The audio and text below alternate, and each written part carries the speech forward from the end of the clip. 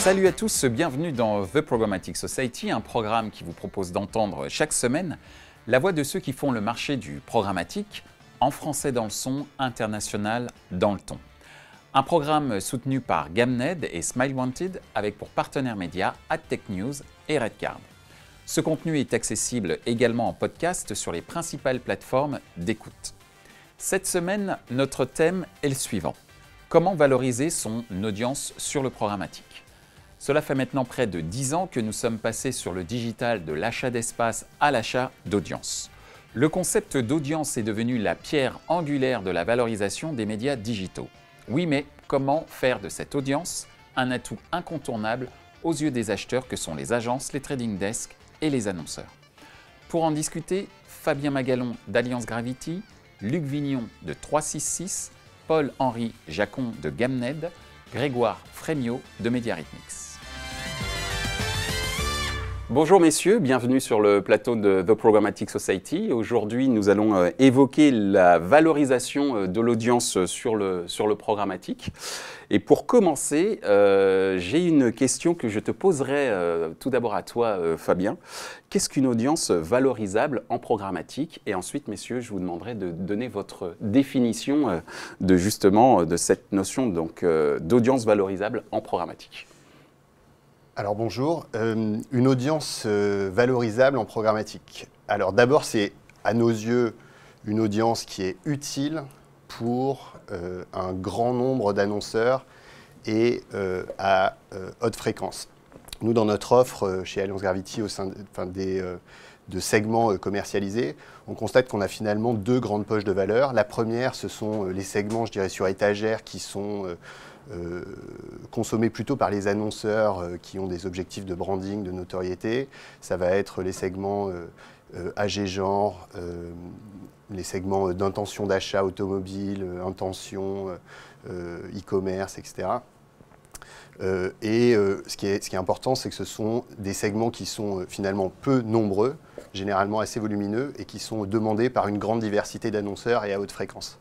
Ça ne veut pas dire que les autres segments n'ont pas de valeur, mais en termes de valeur absolue de chiffre d'affaires qu'on est capable de générer depuis des audiences, ce sont eux qui sont les plus dominants.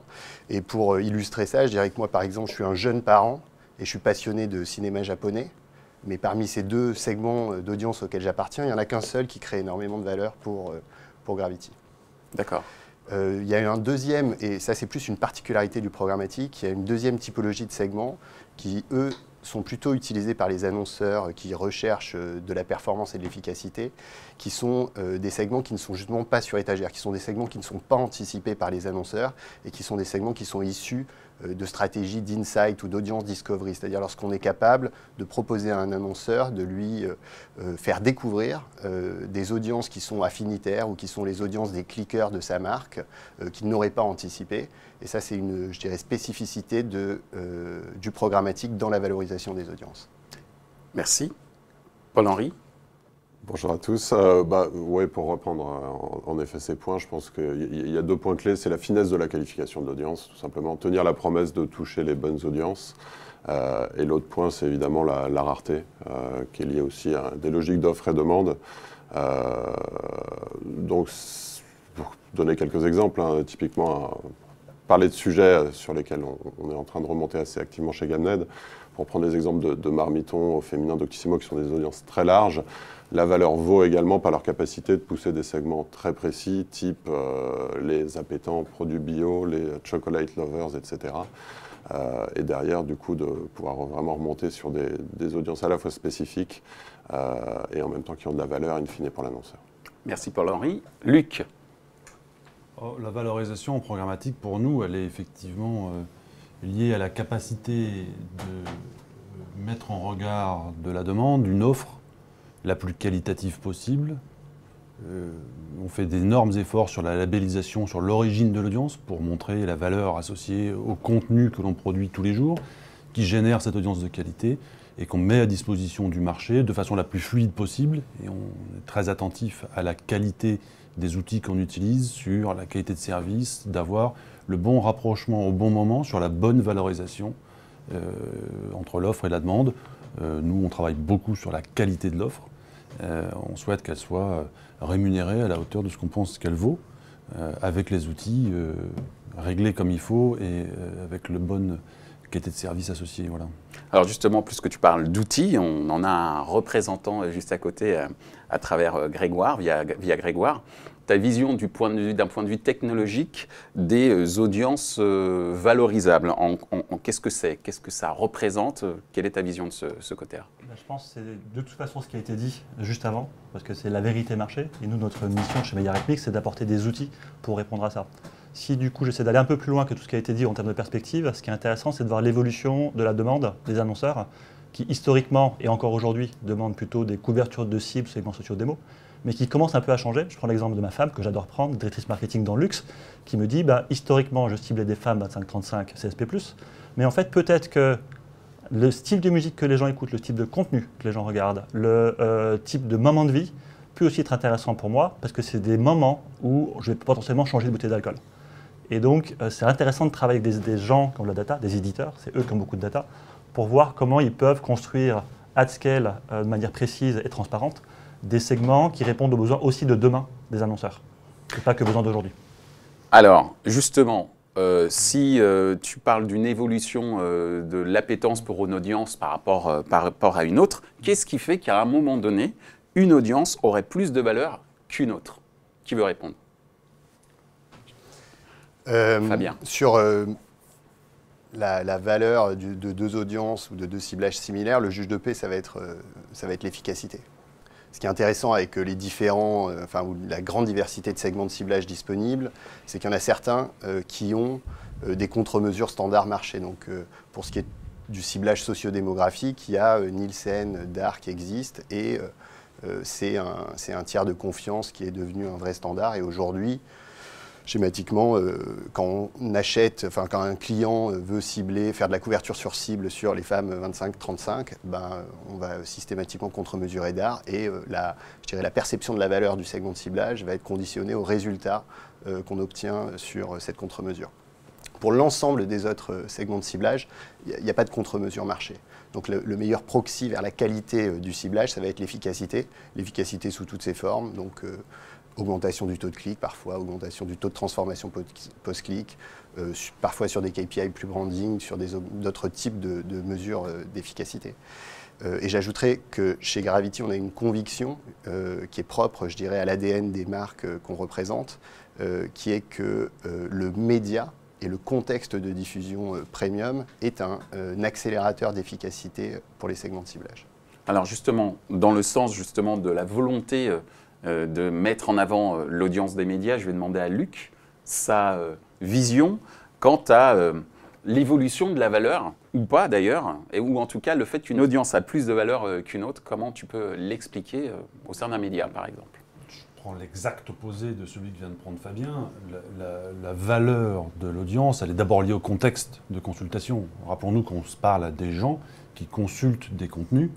Et en fonction du fait que le contenu soit anxiogène, que ce soit très pertinent pour la personne en question, je suis rugbyman, donc évidemment, les contextes de rugby m'attirent très fortement. Et bien sûr que l'annonceur bénéficie de ce contexte-là, par effet de halo, sur l'environnement et le moment de consultation. Donc la valorisation, évidemment, est fondamentalement liée à cet acte fondateur de « je consulte et je suis attentif ».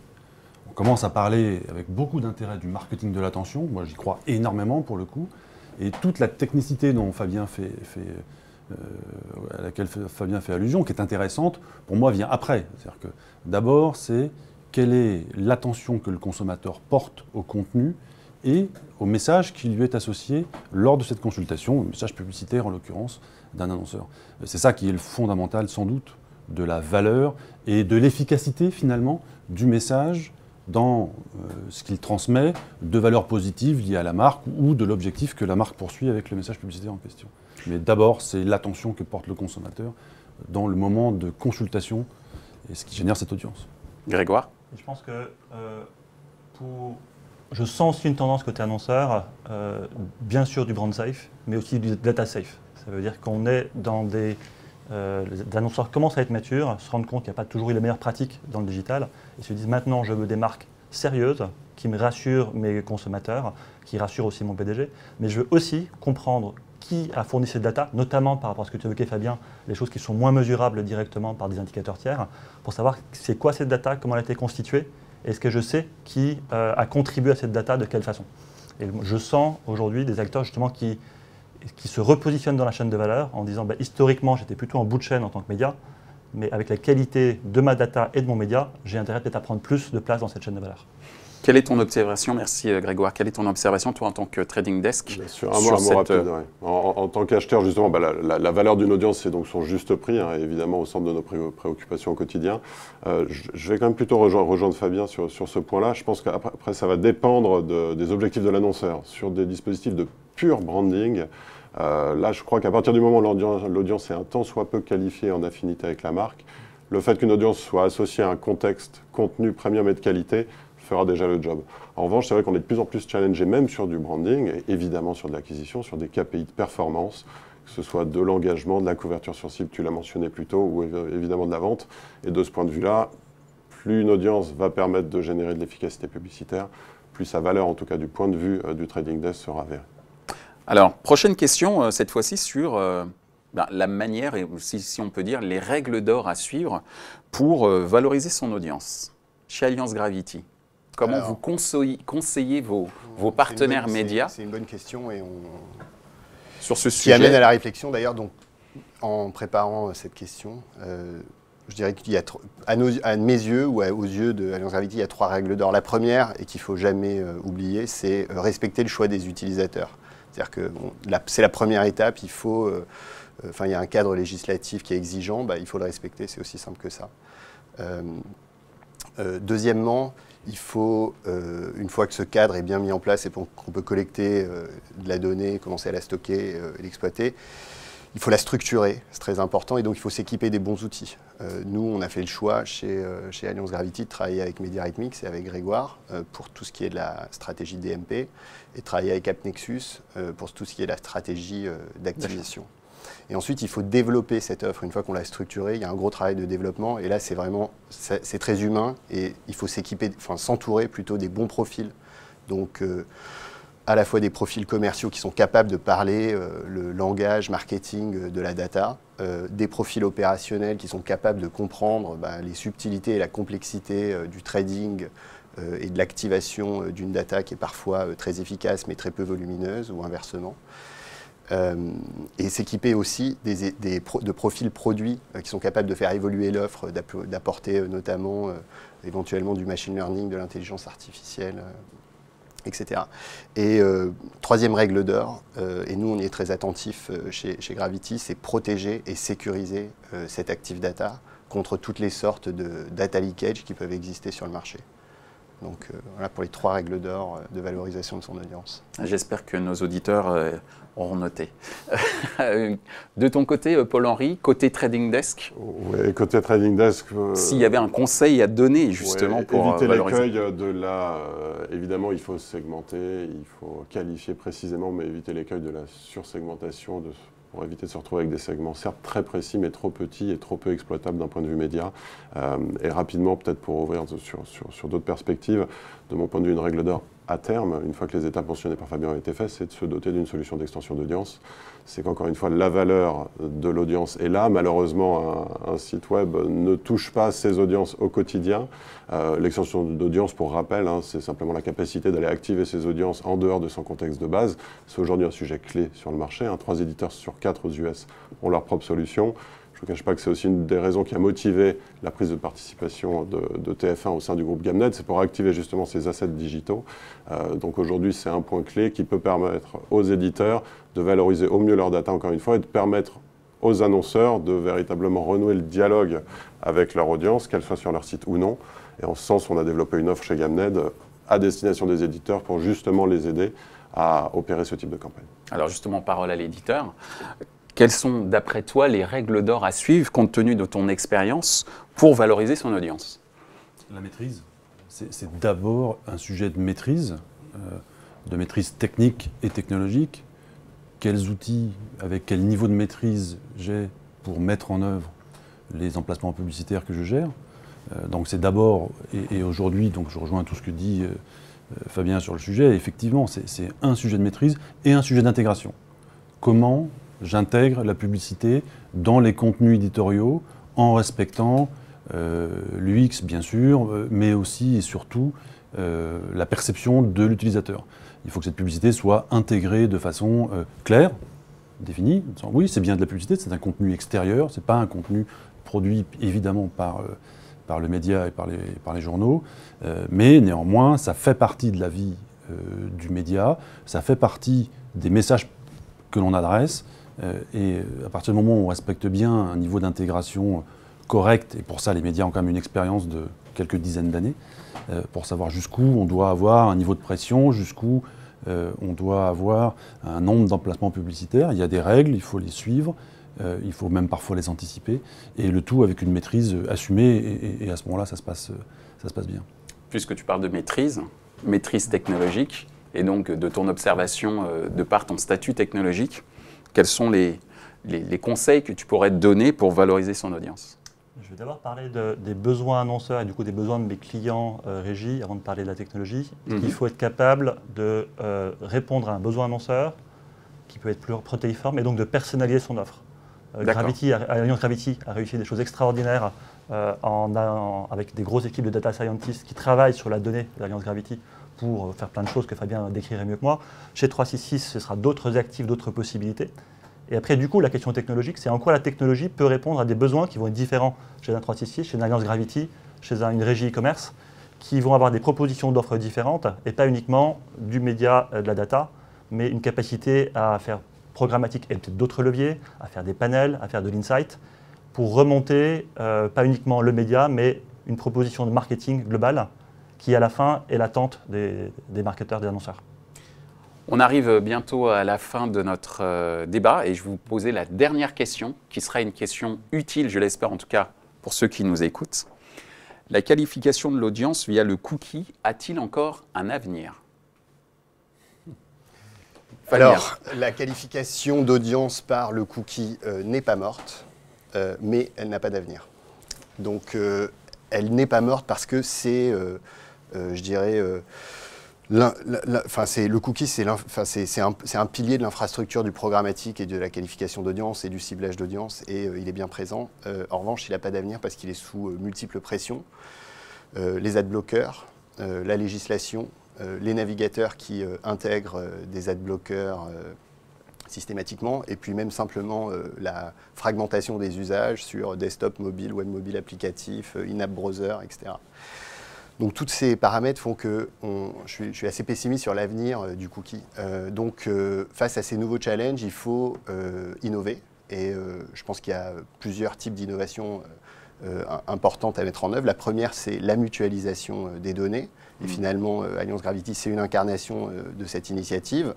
Il y en a d'autres. Il y a une initiative que je trouve vraiment très intéressante qui est portée par le GEST, qui est celle du single sign-on, du login commun cross-éditeur.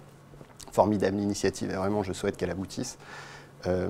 Et ensuite, nous, à notre niveau, on se rend compte qu'on a aussi la possibilité finalement de repousser les nouvelles limites du cookie en appliquant des nouvelles techniques de apprentissage machine learning, intelligence artificielle, pour essayer de compenser les manques nouveaux du cookie. Paul-Henri, tu faisais référence tout à l'heure, merci Fabien, tu faisais référence Paul-Henri tout à l'heure à l'extension d'audience qui est quand même beaucoup basée sur l'exploitation du cookie. Tu me dis si je me trompe. Est-ce que la qualification de l'audience via le cookie a encore un avenir? Je crois qu'il y a beaucoup d'inconnus sur la question. Je ne serais pas aussi catégorique que Fabien. Moi, je pense qu'il y a quand même faut revenir à des notions d'éducation aussi du public, ce qui n'est pas forcément suffisamment bien fait. Il y a eu beaucoup de mauvaises pratiques. Il faut rappeler qu'on est vraiment sur de l'anonymisation. Il ne s'agit pas de vraiment traquer les gens de manière personnelle. Moi, j'ai envie de poser la question, est-ce qu'un ado demain sera plus heureux si on lui pousse des pubs pour des couches plutôt que des contenus en affinité avec ses intérêts? Et aujourd'hui, le cookie est quand même quelque chose qui permet ça. Donc après, je mets un point d'interrogation sur le sujet, je t'avoue. Merci. Luc. Le constat est simple, la digitalisation est sur l'ensemble des points de contact du public et l'ensemble des des devices concernés. Il n'y a pas de cookies en télévision, il n'y a pas de cookies dans les applications mobiles, il n'y a pas de cookies sur le DOH dans les écrans connectés. Donc voilà, il y a une rupture évidente, qui fait qu'on devra forcément trouver une technologie alternative qui soit cross-device et qui permette d'avoir une approche pour les ados, les couches culottes ou les autres, qui soit efficace et pertinente. Le tout, sans doute avec une maîtrise technologique, là aussi j'y reviens, un peu plus adaptée. Donc il y a des initiatives chez les éditeurs effectivement sur la partie SSO, Single Sign-On, très intéressantes. Ça devra forcément être... Il y a un enjeu de normalisation extraordinaire sur ce marché qui avance sans vrai cadre technique. Donc il y a un enjeu technique, il y a un enjeu de normalisation. C'est un des grands sujets de l'IAB, certainement au niveau de l'Europe, sur le fait de mieux standardiser, de mieux normer nos métiers sur un plan technique, histoire que chacun sache un peu mieux maîtriser tous ces outils qui finalement ne sont que des outils. Merci. Ça devrait être des outils au service du business et pas l'inverse. Ok, un business au service des outils, je fais la traduction. Merci Luc. Grégoire. Rapidement déjà, l'identification en first party est toujours possible. Donc pour un site au sein de son audience personnalisée, c'est toujours possible, il n'y a pas de risque là-dessus. Le problème, c'est l'identification cross-domaine. Et là-dessus, moi, je n'ai pas la prétention ni de savoir où le marché va, ni de dire que c'est moi qui vais l'influencer. Donc ce qu'on fait à notre niveau chez MediaRhythmics, c'est de se dire, ayons une façon de concevoir l'utilisateur suffisamment souple entre le first party et le third party pour être capable de toujours suivre ce qui va se passer. Et puis, à mon avis, on aura quand même un monde équilibré d'adultes où on arrêtera d'avoir chacun des comportements d'ados, l'utilisateur, les acteurs tech, les annonceurs, et on arrivera à quelque chose où on se respecte tous et on arrive à travailler parce que les enjeux sont trop importants pour qu'on retourne à l'âge de pierre de la publicité sans data. Je retiendrai le mot respect, respect de l'audience, respect également des acteurs du marché et de leur intégrité pour conclure cette émission autour de la valorisation de l'audience sur le programmatique. Merci messieurs pour votre vision et pour vos enseignements. Merci. Merci. À tous. Ainsi s'achève ce débat autour de la valorisation des audiences programmatiques. Les points à retenir de nos échanges sont les suivants. La principale valorisation de l'audience est l'efficacité. Les règles d'or pour valoriser son audience sont respecter le choix des utilisateurs, structurer les audiences via des outils pour générer de bons profils. Retrouvez ce programme en podcast sur les principales plateformes d'écoute. Merci à Small Wanted et Gamned pour leur soutien, sans oublier nos partenaires médias, AdTechNews et Redcard. Merci également à l'ensemble des équipes d'Atelier B pour la réalisation de ce programme.